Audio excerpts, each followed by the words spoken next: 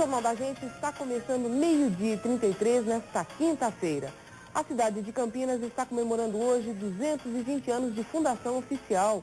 Muitas curiosidades envolveram essa data. Um dos destaques: a hipoglicemia é uma doença determinada pela diminuição dos níveis de açúcar no sangue.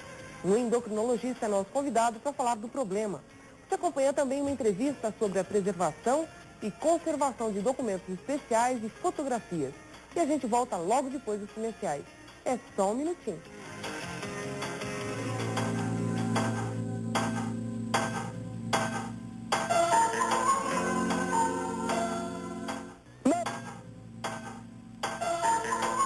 A Fundação de Campinas gerou muitas dúvidas entre os historiadores da cidade, mas entre o fim da década de 60 e o início da de 70, essa data ficou acertada em 14 de julho de 1774. Portanto, a cidade de Campinas comemora hoje 220 anos de fundação oficial. E algumas curiosidades a gente resgata com o historiador, nosso convidado, professor José Roberto do Amaral Lapa. Professor Lapa, o que determinou, quais foram os fatores que realmente determinaram o aparecimento de Campinas e não de outras cidades ou outras localidades da região?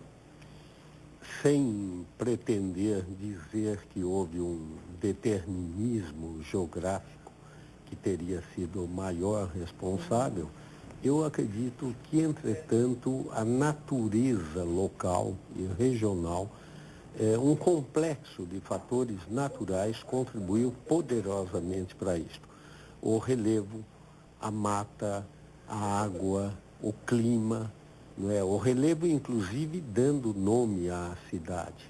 Campinas, naturalmente, está situada num planalto, esse planalto de ondulações muito suaves, e na época século XVIII, primeira metade do século XVIII, toda esta região era coberta por uma mata muito densa. Essa mata, entretanto, tinha algumas clareiras, e estas clareiras atraíram os primeiros povoadores. Tá, e esses primeiros povoadores, eles vieram de que regiões? Com que intenção, além de terem sido atraídos por essas clareiras, professor?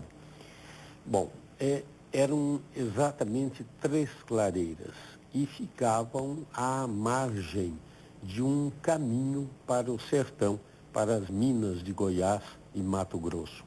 Esse caminho saía de São Paulo, passava por Jundiaí e atravessava este local.